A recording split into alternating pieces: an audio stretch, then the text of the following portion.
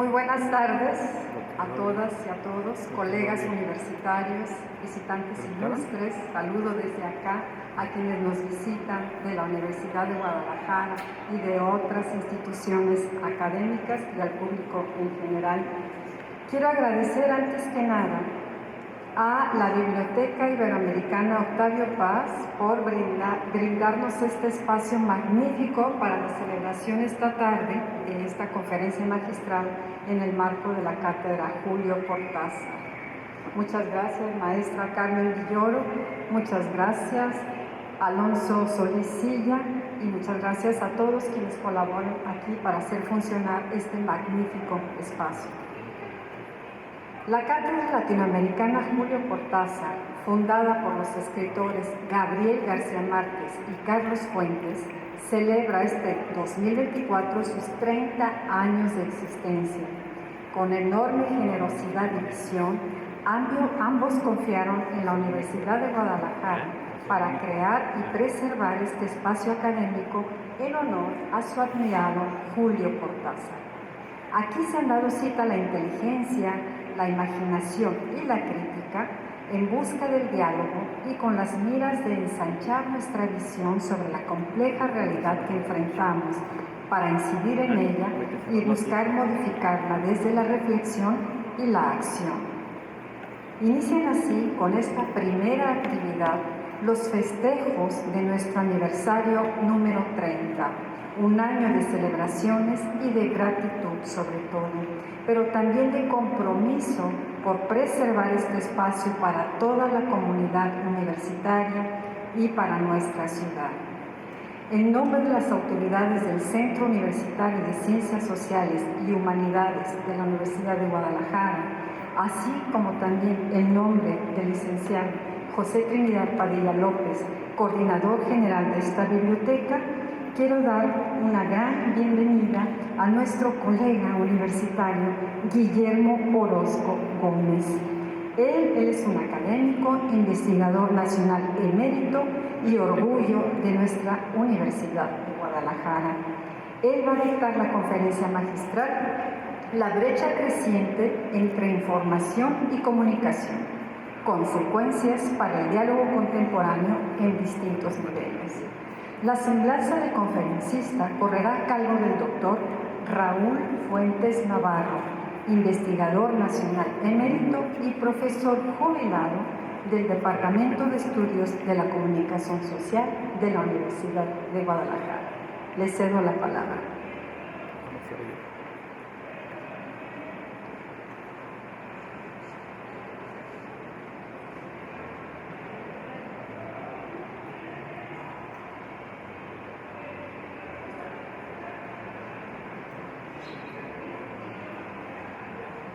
Sí, buenas tardes.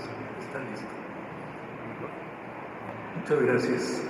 Agradezco a los responsables de esta cátedra latinoamericana Julio Cortázar, especialmente a la doctora Dulce María Zúñiga, por su invitación a presentar al conferencista magistral de esta tarde, el doctor Guillermo Orozco Gómez, cuyo trabajo conozco de cerca, pues hemos coincidido en diferentes espacios escolares, institucionales y profesionales desde hace varias décadas, sobre todo durante las 3 más recientes, como integrantes del Departamento de Estudios de la Comunicación Social de esta Universidad de Guadalajara.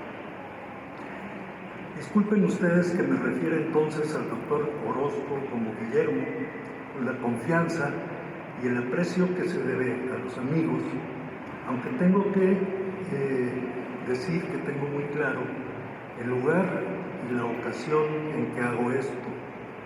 Este espacio físico en el centro de Guadalajara, hoy sede de la Biblioteca Iberoamericana Octavio Paz, donde se asentaron las primeras prácticas educativas y universitarias de la región, mucho antes de la existencia de México como país independiente. Y en esta cátedra latinoamericana Julio Cortázar, que ha fungido, según su propia definición, como un espacio de confluencia para la imaginación, la razón y la crítica, un sitio para el diálogo y la reflexión en torno a la sociedad y la cultura latinoamericanas. Según la lista publicada de los conferencistas magistrales de la cátedra, Guillermo es el primer investigador de la comunicación en ser invitado a presentar su perspectiva intelectual en este espacio. Excelente opción. Algunas referencias de su trayectoria académica pueden bastar para afirmarlo y su desempeño mismo como expositor permitirá reafirmarlo. Como colega en la investigación de la comunicación, reconozco a Guillermo como el primero de nosotros, además de en esta cátedra, también en haber sido admitido en la Academia Mexicana de Ciencias hace años, en ser nombrado investigador nacional emérito por el Sistema Nacional de Investigadores. Guillermo es uno de los académicos más prestigiados de nuestro campo en el país y fuera de él, por sus aportes científicos y además sociales en un sentido más amplio, debido a que su especialidad ha sido desde el principio de su carrera la intersección múltiple entre la comunicación y la educación y sus contextos socioculturales, por lo que frecuentemente ha interactuado también con agentes y organizaciones sociales distintos de la academia. Después de la licenciatura en Ciencias de la Comunicación en el ITESO, donde coincidimos, Guillermo cursó a mediados de los años 70 una especialidad en Pedagogía de la Comunicación en Colonia, Alemania, y en los 80 la maestría y el doctorado en Educación en Harvard. Fue uno de los fundadores de la Asociación Mexicana de Investigadores de la Comunicación en 1979, se incorporó al Sistema Nacional de Investigadores en 1990 y en la Universidad Iberoamericana fundó y dirigió el Programa Institucional de Investigación en Comunicación y Prácticas Sociales de esa universidad. Fue el primer coordinador del grupo de trabajo sobre estudios de recepción de la Asociación Latinoamericana de Investigadores de la Comunicación, la ALAIC, y desde los años 90 participa también en las principales asociaciones internacionales de este campo, la International Communication Association, ICA, y la International Association for Media and Communication Research. A mediados de los años 90, Guillermo decidió regresar a esta, su ciudad natal, y desde entonces forma parte de la planta académica de la Universidad de Guadalajara, específicamente del Departamento de Estudios de la Comunicación Social del Centro Universitario de Ciencias Sociales y Humanidades, que fueron constituidos apenas poco antes de su llegada en el contexto de la reforma institucional. Desde aquí, y con otros colegas igualmente maduros como nosotros, además de muchos otros más jóvenes, Guillermo extendió y fortaleció sus redes académicas nacionales e internacionales y las orientó a través de cuerpos académicos, programas educativos y actividades de extensión universitaria al desarrollo de proyectos variados sobre 3 líneas temáticas principales: investigación de la recepción televisiva, educación para la comunicación y observatorio de medios audiovisuales.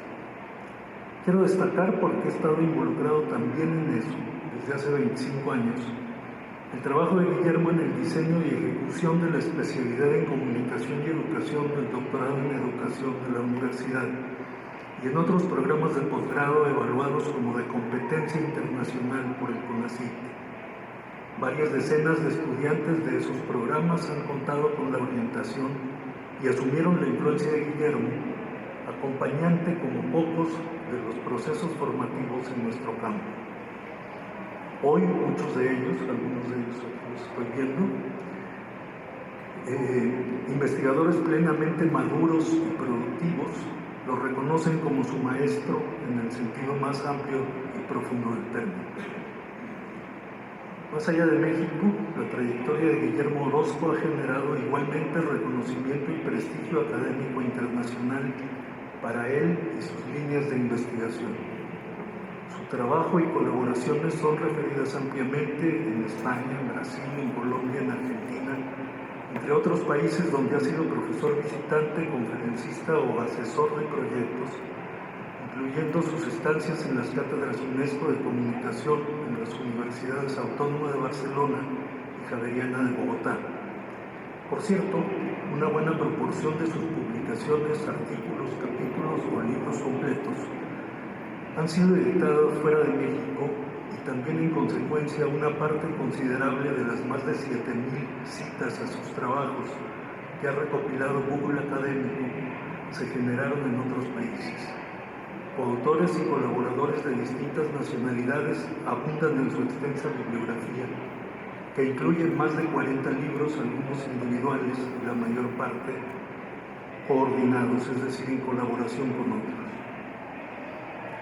Terminaré esta presentación, que debe ser necesariamente breve, enfatizando 3 de los proyectos de amplia difusión e influencia académica en que el trabajo de Guillermo ha sido central como diseñador, gestor y orientación desde esta Universidad de Guadalajara.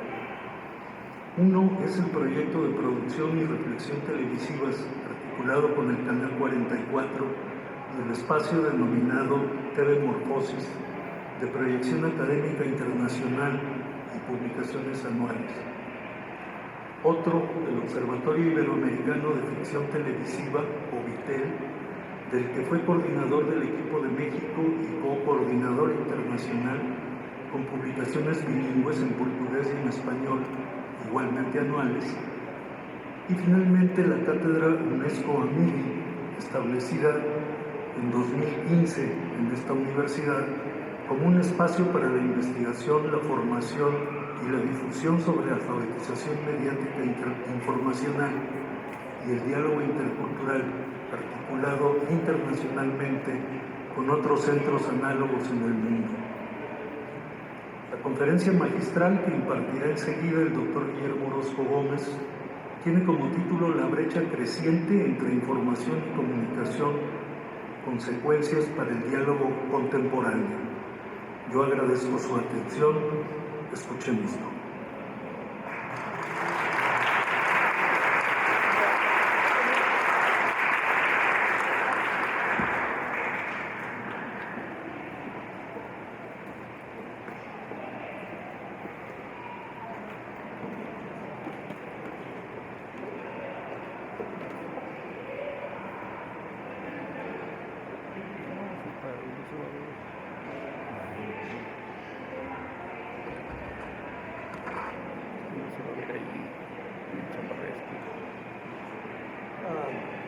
Muchísimas gracias, Raúl Fuentes, por esta presentación que bastante resumida logra captar partes y actividades y proyectos importantes de mi vida académica. De verdad, muchísimas gracias por esa precisión y por haber seleccionado lo que seleccionaste. Y muchas gracias a todos ustedes aquí presentes y sobre todo muchas gracias a la Universidad de Guadalajara, a la doctora Zúñiga por haberme invitado a aceptar este reconocimiento que me hace estar aquí con todos ustedes. Gracias a los amigos, los colegas, los visitantes que están aquí llenando este salón y a todos mis alumnos y exalumnos que me han acompañado a lo largo de muchos semestres en tantos años de estar trabajando como académico, que en la Universidad de Guadalajara son casi 28 años, pero en todas las universidades anteriores donde estuve, pues logro contar casi 38, más de 40 de ser académico. Entonces, pues aquí estoy con los 40 a cuestas, no solamente con los 28 de la UDG. Nuevamente muchas gracias por estar a esta hora en este recinto. Aprecio mucho a quienes me invitaron a estar en esta posición. De verdad, aprecio muchísimo esta invitación.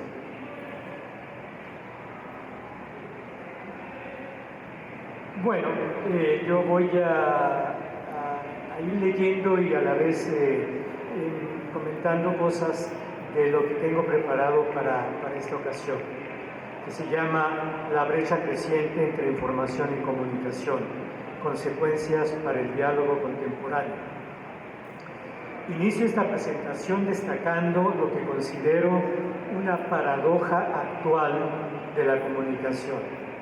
Paradoja que consiste en entender y proclamar que estamos hoy más comunicados que nunca debido a que estamos más interconectados a medios, canales, sistemas y tecnologías para producir, recibir, emitir e intercambiar información a través de cada vez más y mejores dispositivos y pantallas. Pero lo que supone este entendimiento, sin que se haga explícito, es que la comunicación se entiende como emisión y recepción de informaciones, datos, imágenes, sonidos, esencialmente a partir de lo que se busca una asimilación por parte de los receptores o público a los que va dirigida.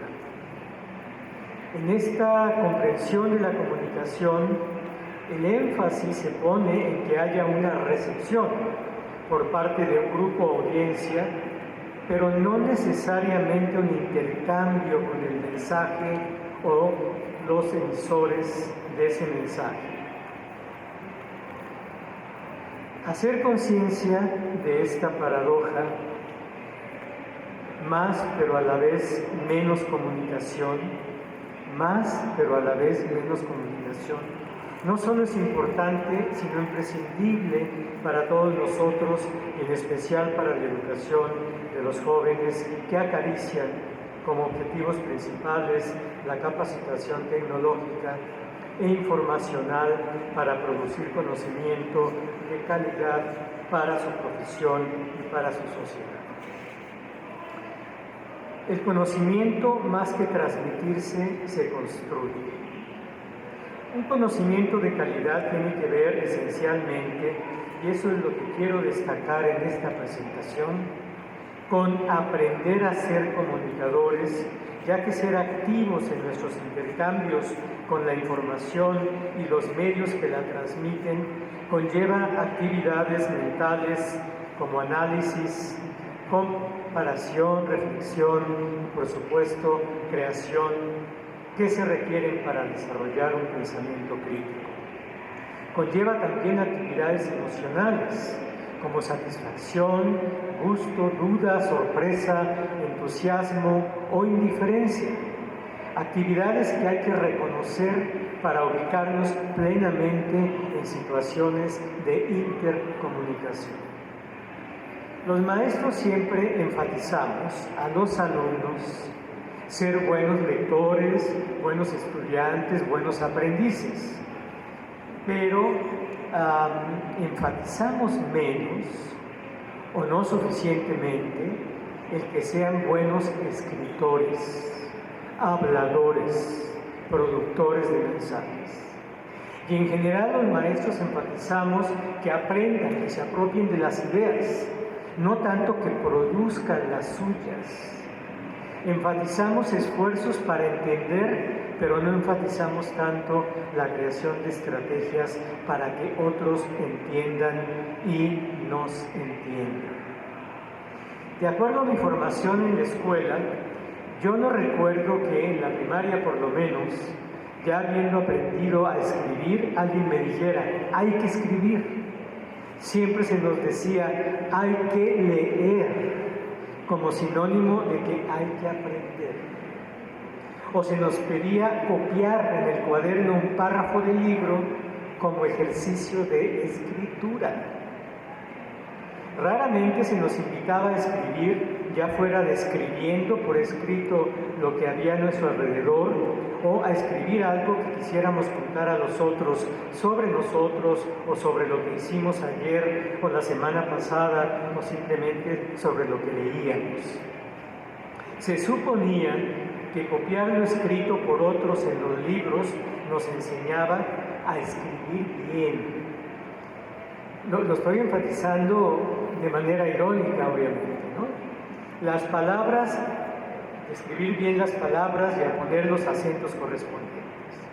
No importaba mucho que la escritura fuera creativa, original y reflejara o transmitiera algo interesante.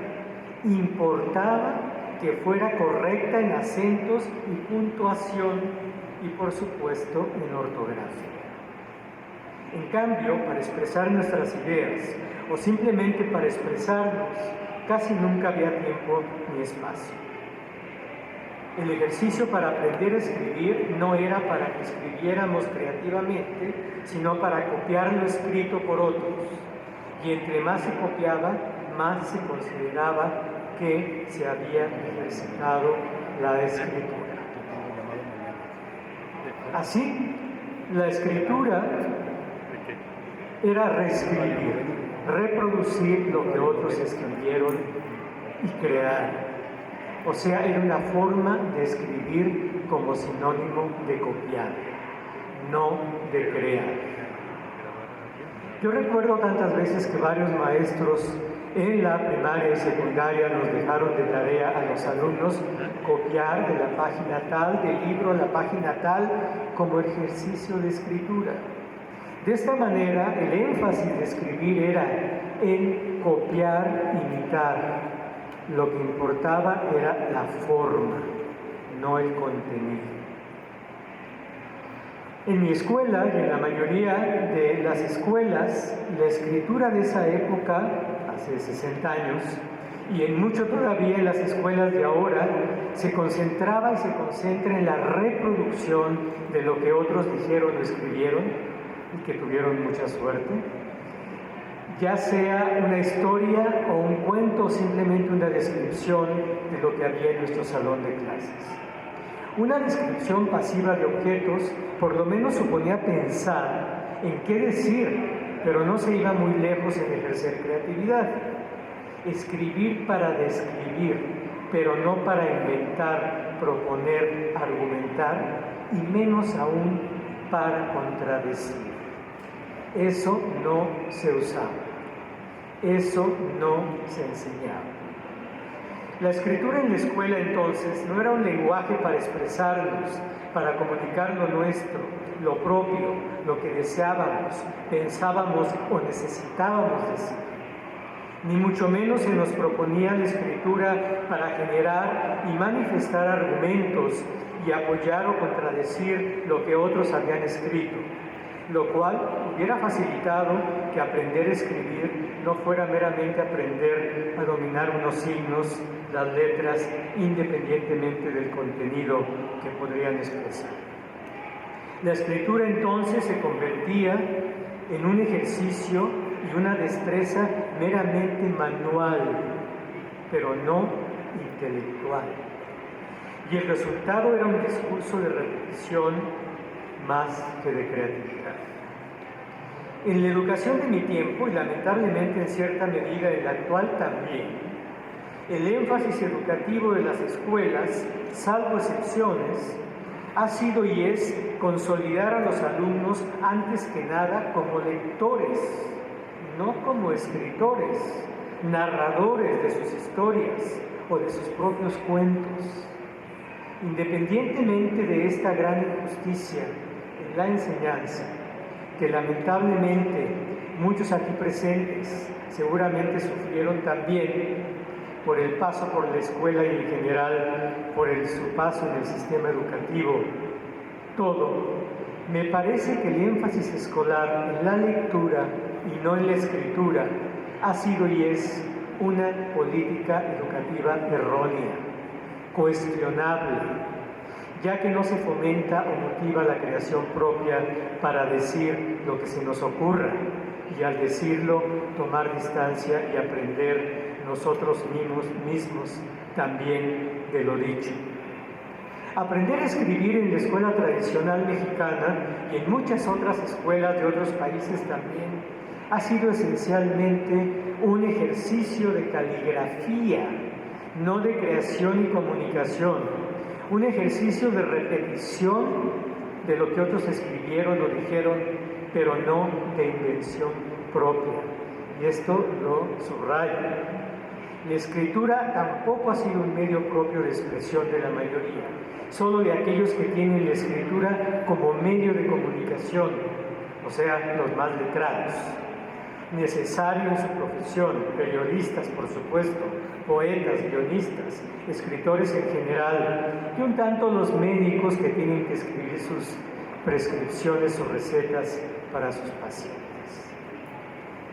Creo que esta situación, que seguramente la mayoría aquí presente pasó por lo menos alguna vez en los primeros años de su vida escolar, es clave para entender por qué la escuela tradicional formaba lectores, en todo caso, repetidores de lo que estaba en los libros, pero no escritores creadores de lo que quisiéramos compartir, decir o nombrar a los otros en cualquier medio de comunicación.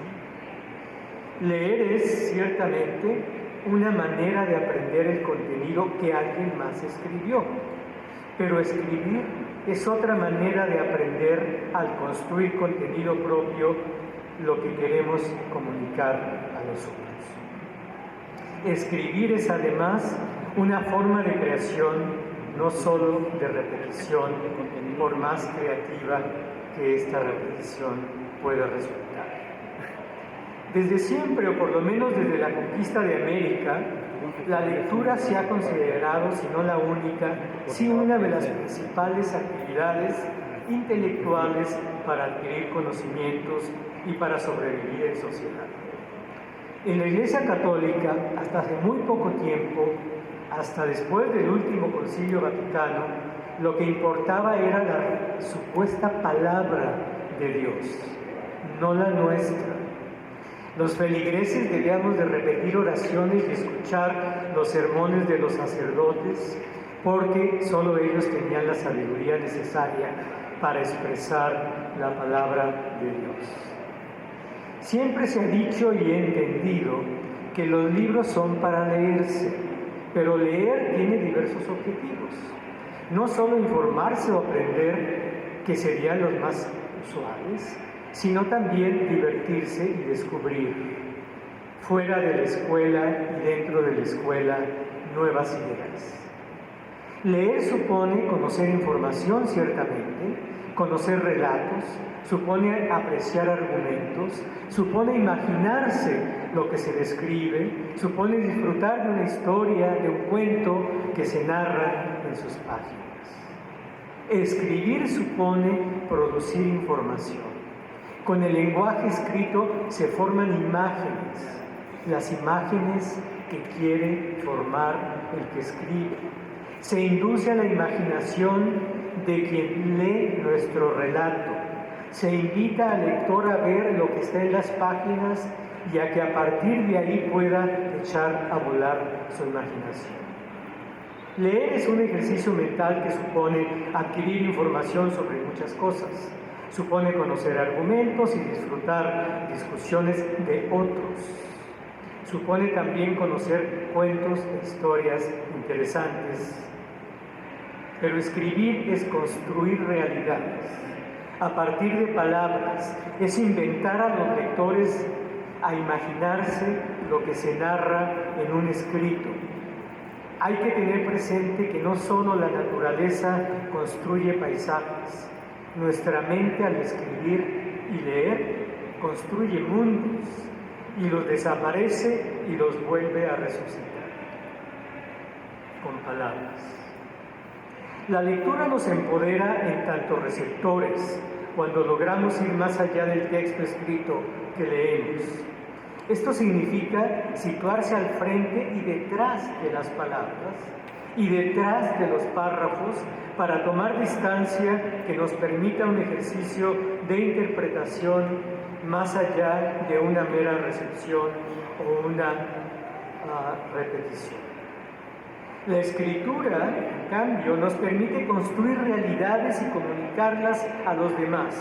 Nos permite señalar la existencia de algo, ya sea de manera general o con mucha especificidad y detalle. Nos permite delimitar contornos en nuestras narraciones. Nos permite construir realidades e imaginaciones. En la lectura hay una enorme posibilidad de creación también, y de invención, de composición y de recomposición del mismo relato que se va leyendo. La lectura, no obstante sus posibilidades para la creación y estimular la imaginación de los lectores, en los sistemas educativos tradicionales ha sido más que un medio de comunicación y de inspiración para sus lectores, un canal para emitir ideas y conocimientos para ser aprendidas por los educandos. La lectura no es para disfrutarse, sino para aprender los conocimientos que está denotando. Los lenguajes de la imagen, y los menciono en plural, imagen estática o en movimiento, si bien cada vez tienen mayor aceptación y uso en la enseñanza y aprendizaje en procesos educativos, tienden a ser tomados por los educadores más como lenguajes de apoyo que ilustran y facilitan la comprensión de un mensaje escrito o verbal por parte de los alumnos, pero no siempre son considerados lenguajes centrales o principales de creación y transmisión de conocimiento. Lo anterior se debe en parte a que ante una fotografía o una pintura, cada quien ve lo que quiere ver. Y para llegar a entender esa percepción visual se requiere una interpretación y un intercambio de visiones, verbal o escrito. O sea, intercambio que se lleva a cabo a partir de la palabra, no de la imagen. Una interpretación no es una mera descripción, aunque a veces no se reconozca que se va más allá de la mera descripción y se imponga la interpretación como objetiva o como la única visión posible de un texto escrito y visual. Una interpretación puede ser convincentemente a los oídos o a los ojos de otros o de todos, pero siempre deja abierta la posibilidad de otras interpretaciones, ya sean del mismo que ve una misma fotografía en otro momento o de otros que ven la foto al mismo tiempo después. Más aún, si se vuelve a ver la misma imagen en otro momento, quizá veamos elementos que no vimos antes, o quizá no veamos algo de lo que nos llamó la atención en la primera visión de la foto. Como sabemos, ver es muy distinto que leer. La visión es menos precisa que la lectura, ya que conlleva necesariamente una interpretación explicativa del que ve y requiere apoyarse en otros lenguajes como el orado, el escrito, para poder transmitir lo que está viendo. ¿Qué podemos decir del visionado en la televisión? La inmediatez de la televisión, omnipresente hoy en día, para transmitir lo que sucede en el mundo a los televidentes, ha sido quizá lo más distintivo de lo televisivo, ya que el cine y la fotografía clásica requieren tiempo de elaboración entre la captura de las imágenes y la proyección de estas en alguna pantalla o medio como el papel, el televisor o la pantalla cinematográfica. Esta cualidad de inmediatez de la televisión, de captar una realidad y proyectarla a los televidentes inmediatamente, aparentemente sin mediaciones, ha sido la base para postular que lo televisivo es lo más objetivo de los lenguajes mediáticos. Se ha sostenido por muchos que lo televisivo, a diferencia de lo cinematográfico y fotográfico, no constituye una intervención entre la cámara que la capta y el proyector que la distribuye o proyecta a los televidentes. Se ha llegado a sostener incluso que lo televisivo es por eso objetivo al captar la realidad y proyectarla hacia sus audiencias. No obstante, se ha argumentado que el punto clave está anterior a la toma de la realidad en cuestión, justo en su selección, como material televisivo y luego posteriormente en su programación a una hora específica en un día determinado.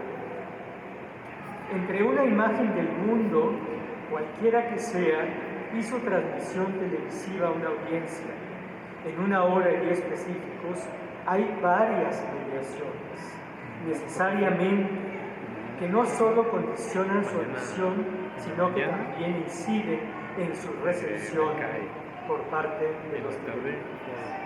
Por ejemplo, para representar una noticia que se quiere comunicar, podemos sostener que no es posible la supuesta objetividad de la televisión, ya que se escoge captar la realidad desde un ángulo específico, en un momento determinado de lo que está sucediendo, con características ambientales particulares y movimientos de la cámara planeados. Estos no solo son asunto del camarógrafo, la decisión de elegir un punto para hacer desde ahí la toma y otro punto para enfocar la lente ya conlleva un juicio que influye, si no es que determina la perspectiva desde la cual se capta una escena o se capta a un personaje.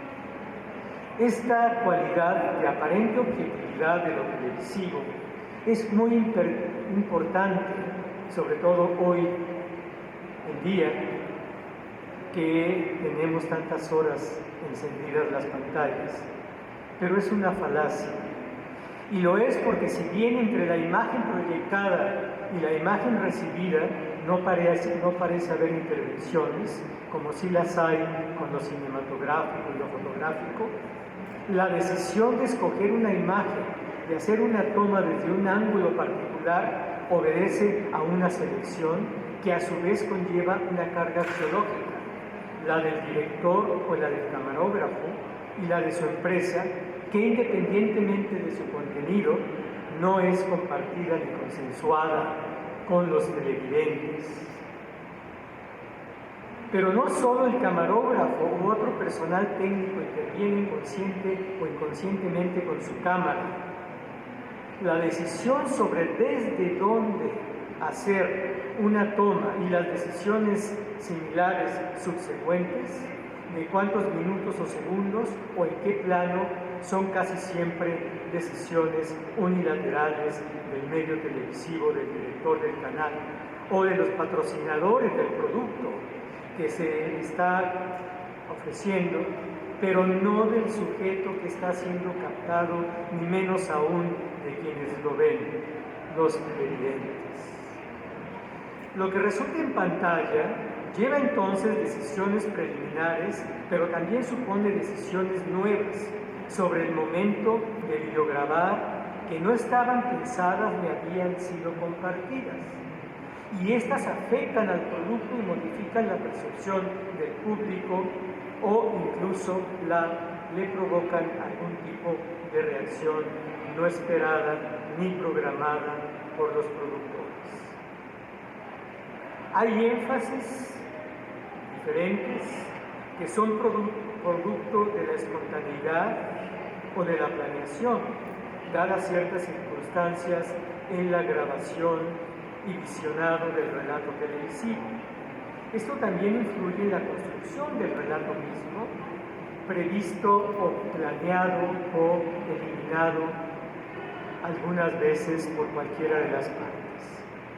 En el lenguaje televisivo no es posible controlar el 100% de eventuales efectos dadas las distintas circunstancias en la grabación de contenidos. Siempre hay un margen que escapa al control de los productores. Por eso la objetividad en la transmisión de un relato televisivo es prácticamente imposible de lograr. Posterior al visionado de una producción televisiva por parte de la audiencia, desde la producción puede preguntarse qué fue lo que vieron o lo que vimos y apreciar desde ahí el impacto de la emisión de un contenido o corroborar qué tanto este fue captado según las expectativas de los emisores. Independientemente, cabe preguntarse qué es lo más creíble, lo que se ve en cine, lo que se escucha en la radio, lo que se lee en un periódico o lo que se mira en un televisor. Responder estas preguntas no solo depende de la oferta de contenido en cada medio, también depende y mucho de su recepción por parte de individuos y grupos, de su recepción por nosotros, que apreciamos en uno y otro medio o lenguaje lo que nos están transmitiendo. Y por supuesto depende de muchas otras características y circunstancias de la producción, la emisión y sobre todo de la recepción. La credibilidad en un producto televisivo entonces depende de todas las partes involucradas antes, durante y después de su producción y transmisión.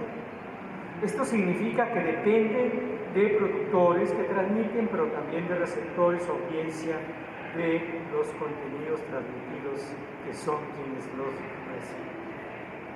El problema con la televisión, a diferencia de otros medios, y con lo televisivo, a diferencia de otros discursos audiovisuales, es la pretensión intrínseca de objetividad. Y esto que se dice fácil no es nada sencillo de entender, sobre todo en el caso de la televisión, porque el reducto de verdad de los televidentes no es una enciclopedia o una consulta a un especialista sobre el tema visionado en la pantalla, sino simplemente decir, lo vi con mis propios ojos, en la pantalla por supuesto, lo cual difícilmente se puede negar, aunque haya sido bastante mediatizada la imagen que nos presentaron en el televisor. Hay que aclarar que el punto de cuestión aquí no es haberlo visto o no, sino cómo fue visto y qué fue lo visto. La realidad que sí vieron los camarógrafos o su proyección en el televisor, que es lo que vemos los demás como audiencia. Porque decir lo vi en la tele, si bien no niega lo visto, no certifica su veracidad por el hecho de ser visto de manera directa, sin aparente manipulación entre la cámara y la realidad captada, ni entre su emisión y su recepción por los televidentes. Cabe preguntarse, ¿qué es lo que resulta más creíble? ¿Lo que se ve en el cine o en el televisor? ¿O lo que se escucha en la radio o se lee en un periódico? La credibilidad depende de todas las partes. Quizá pensemos que lo más creíble sea lo que se ve en el televisor y que está sucediendo en ese momento en que la lente lo capta y lo proyecta en nuestra pantalla. Esto significa que la credibilidad depende de los productores, de los transmisores, pero también del medio y de los receptores o audiencia de los discursos. Lo que quiere decir que la credibilidad no es un elemento intrínseco de la información solamente, ni del medio por el cual se comunica. Es un producto resultante de una interacción entre objeto informativo y sujetos que lo perciben, en este caso, televidentes. Hay que tener siempre presente que en ninguno de los casos de recepción o interacción de un contenido con sujetos sociales, este contenido lleva la garantía completa de credibilidad. Y hay que tener presente también que todo discurso mediático es incompleto, como lo es el discurso humano, y como tal solo se completa con sus interlocutores, ya sean lectores, escuchas o televidentes. Desde otra perspectiva es posible destacar que los propios oyentes, videntes o lectores somos también en alguna medida cómplices de la interpretación del contenido que llega hasta nosotros. Y en tanto seres humanos encontramos en contacto con los contenidos, con lo que somos y desde dónde nos estamos comunicando. ¿Qué implica la colonización actual de las audiencias? Como lo he venido comentando, hoy los ciudadanos del mundo vivimos grandes porciones de nuestras vidas como audiencias e internautas de viejos y nuevos medios y dispositivos de comunicación. Una paradoja de los tiempos actuales es que mientras tenemos la posibilidad de acceder a más información como nunca había sido posible, a la vez dejamos mucha más información propia, íntima, al alcance de otros como nunca nos hubiéramos imaginado. Información que es base de los grandes corporativos mediáticos como Facebook, Amazon o Google, que día a día no solo nos extraen datos, sino que hacen de estos datos productos de valor para múltiples y diversas compañías que luego nos lo quieren vender, nos los quieren vender, pero que también quieren instaurar ideas e ideologías, tal y como lo difundieron los periodistas de New York Times, Cecilia Kahn y Sheila Frankel, en su libro Una horrible verdad dentro de la guerra de Facebook por la dominación. Comunicacionalmente, los ciudadanos hoy somos cada vez más vulnerables a los hackers, al exhibicionismo de datos o imágenes íntimas, al uso indebido de nuestra imagen y al robo de nuestros deseos. Claro, una vez que los manifestamos a otros. Somos también vulnerables al robo de nuestras ideas y producciones. Esta situación demanda un nuevo reto para la investigación de las audiencias hoy en día. Una investigación con una perspectiva que nos haga evidente a los ciudadanos la manera en que somos o estamos siendo colonizados informáticamente y que nos dé elementos para evitar el creciente espionaje de nuestras acciones y el saqueo sistemático de nuestros datos, producto de nuestras interacciones informáticas. Lo que la situación actual hace más evidente que nunca es que, no obstante décadas de investigación en comunicación y medios, las audiencias seguimos siendo bastante desconocidas de nosotros mismos, pero no de otros. Las audiencias somos conocidas, estudiadas y medidas por grupos mercantiles y por monopolios de la información digital como Facebook o Amazon, y cada vez más por gobiernos y agentes políticos nacionales y extranacionales que en su relación con las grandes compañías mediáticas han logrado acceder a nuestros datos más íntimos y más sensibles. Nuestro autodesconocimiento como audiencias, y esto lo quiero enfatizar, es producto de una investigación que nos ha excluido y nos excluye sistemáticamente. Una investigación que históricamente se ha enfocado en la extracción de datos de las audiencias para beneficio de otros y aún para el abuso y explotación de las propias audiencias. Ha habido una extracción digital en lo que más que nunca se ha ido haciendo evidente la frase del documental de Social Dilemma que dice: si no pagas por el producto, entonces debes entender que tú eres la mercancía. Este ha sido precisamente el caso del rating, luego de las encuestas de opinión, después de los grupos de enfoque implementados por los mismos medios masivos, y es el caso de las observaciones y registros de las interacciones digitales de los ciudadanos por consorcios informáticos y agencias gubernamentales, o por las grandes compañías como Netflix y Amazon. Llegando al final, las audiencias hoy desconocidas de sí mismas, pero no de los anunciantes.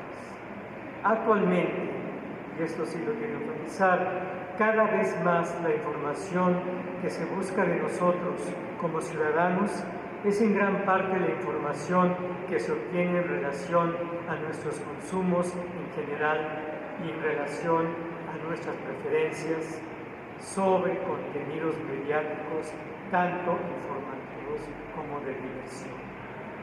O sea, ahí está la fuente del material de oro para los publicistas. Simplemente, en lugar de preguntar en encuestas ¿qué te gusta y qué piensas?, se obtiene la información mágica. Dime qué ves y escuchas y te diré quién eres y qué buscas y qué puedes comprar. La información referente a objetivos en la vida o nuestras opiniones sobre los acontecimientos políticos, económicos o sociales de nuestro entorno o del mundo parece pasar a un segundo plano, ya que para el mercado importan menos las opiniones que los consumos que realizamos, aunque nuestras opiniones pueden ser cualquiera. Como audiencias de medios de comunicación y como usuarios de tecnologías de información, se sigue importando qué programas y películas vemos o nos gustaría ver y en qué sitios de internet nos detenemos y qué compramos de lo visto en la pantalla. Ya no importa tanto las opiniones o evaluaciones de lo visto, leído, escuchado o interactuado. No importa tanto ya lo dicho, sino lo hecho. Los ciudadanos no podemos acceder a los algoritmos, por lo menos la mayoría de los ciudadanos, pero sí sentimos sus efectos y consecuencias. Por ejemplo, cuando Netflix nos ofrece un menú en pantalla personalizado. Dado que viste este programa, seguramente te gustará ver este otro. Y casi siempre tienen razón. La mayoría de la investigación, y con esto voy cerrando, sobre el vínculo de las audiencias, o sea, de nosotros todos y todas, con los diversos medios y tecnologías de comunicación, sigue siendo preferentemente cuantitativo, no cualitativo. Lo que más ha importado es el rating, es conocer quiénes y cuántos ven o vieron, leyeron, escucharon determinado contenido, pero no tanto su opinión elaborada, la cual para los académicos más que nunca debe seguir siendo un objetivo central de la investigación comunicacional. La existencia de las todavía llamadas nuevas tecnologías, como la computadora o el teléfono celular, cada vez más captan y producen la información más actual sobre nosotros mismos. Acercarnos a este conocimiento nos da una apreciación permanente de lo que vamos siendo y dejando de ser de manera individual y colectiva como audiencias múltiples de medios y tecnologías. Muchas gracias por su atención.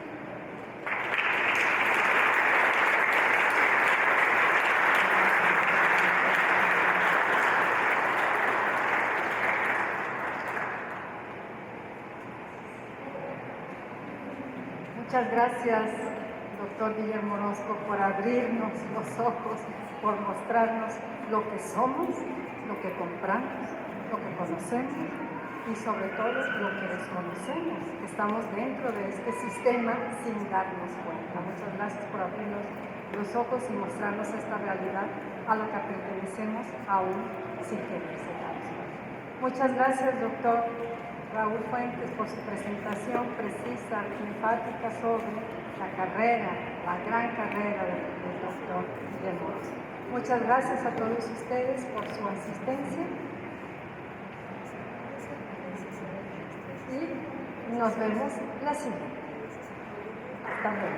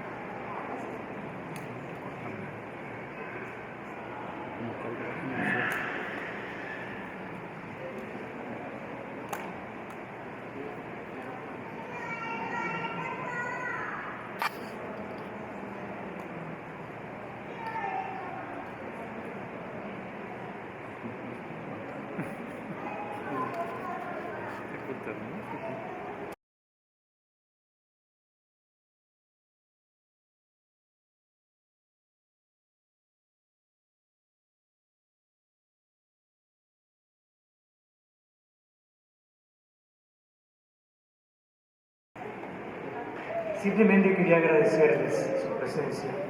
Ha sido para mí muy significativo el haber sido seleccionado para esta cátedra de Alcázar. Es muy significativo estar aquí y es muy significativo que estén todos ustedes acompañándome también en este momento y haber escuchado lo que dijo mi compañero Raúl Fuentes y lo que dijo la doctora Dulce María Zúñiga. Así que pues sigamos viendo televisión, viendo películas, leyendo periódicos y espero que cada vez disfrutando más con conciencia crítica lo que nos cuentan todos estos medios de comunicación. Muchas gracias otra vez por su presencia.